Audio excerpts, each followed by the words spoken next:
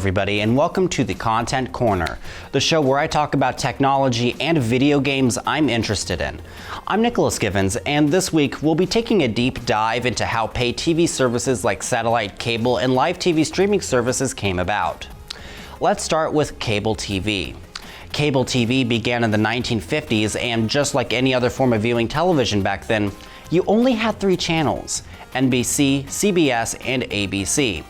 Early cable systems just took weak TV signals collected from a central commercial-grade antenna and amplified them, delivering them into your home via a coaxial cable, hence the name, Cable Antenna Television, or CATV.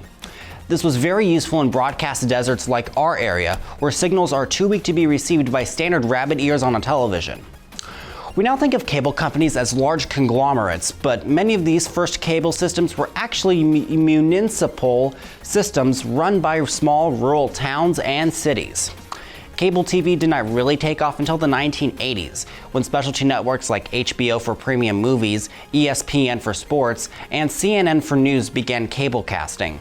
By then, there were more cable channels than over-the-air networks, which by the end of the 1980s include CBS, NBC, ABC, PBS, and Fox. The number of cable channels continued to grow in the 1990s, with the launch of the news channels Fox News and MSNBC in 1996, and specialty channels like BBC America in 1998. Satellite television has actually been around since the early 1970s, but its spread was hindered by the cost of the equipment, few channels, and the size of the receiving dish, which was from 10 to 16 feet wide. The channel list was similar to cable TV at the time, at least until the 1990s when DirecTV revolutionized the market. DirecTV was launched in June 1994, followed by Dish Network in 1996. Both satellite providers take the broadcast signals from a satellite in space and, using a much smaller dish attached to the roof of a house, convert those signals via a receiver to a signal that can be played on a television. In addition to the channels listed earlier, these systems could eventually carry hundreds of video and audio channels, and satellite is available nationwide, unlike cable, which is only available through a local cable provider. These days, both cable companies and satellite providers have their own streaming services.